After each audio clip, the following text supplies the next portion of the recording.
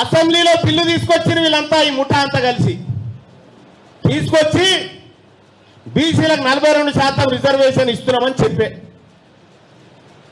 ఆడ bill pass అయింది. నేను మాట్లాడిన గంట సేపు అలా అంతా వీళ్ళే కూర్చురు, వేలమోహన్ రెడ్డి వాళ్ళు అంతా కూర్చురాడా.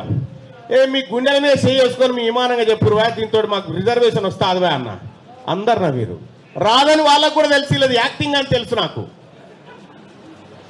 నిజంగా బిల్లుతోనే వచ్చేదండి, మళ్ళీ ఆర్డినెన్స్ ఎందుకు తెచ్చినావు? ఆయన ఆడినప్పుడల్లా పాల ప్యాకెట్ వేరు మీద పోయే ఇది వచ్చిందని చెప్పుడు. మనకు పాల ప్యాకెట్లతోనే సరిపోయింది రిజర్వేషన్ల బిల్లు.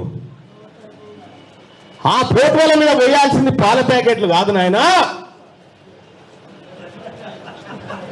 మీ ఇష్టం అది.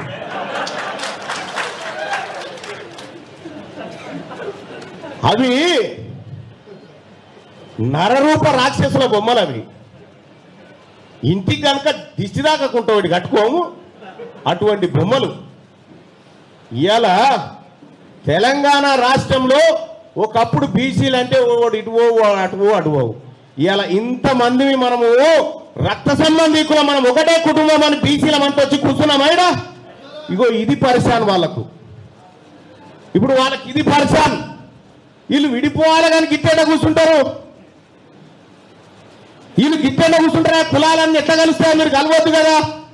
మా కింద డ్రైవర్లుగానో లేకపోతే మా ఇంటికి వాచ్మెన్లుగానో పని చేయాలి కదా అని అనుకుంటారు అన్నట్టు వాళ్ళు. నేను చెప్తున్నాగా, మిమ్మల్ని మా ఇళ్ళ వాచ్మెన్లకు కూడా పెట్టుకోము. రేపు పొద్దుగాల ఇవాళ సోదరులారా 42% రిజర్వేషన్ పేరుతోటి డ్రామా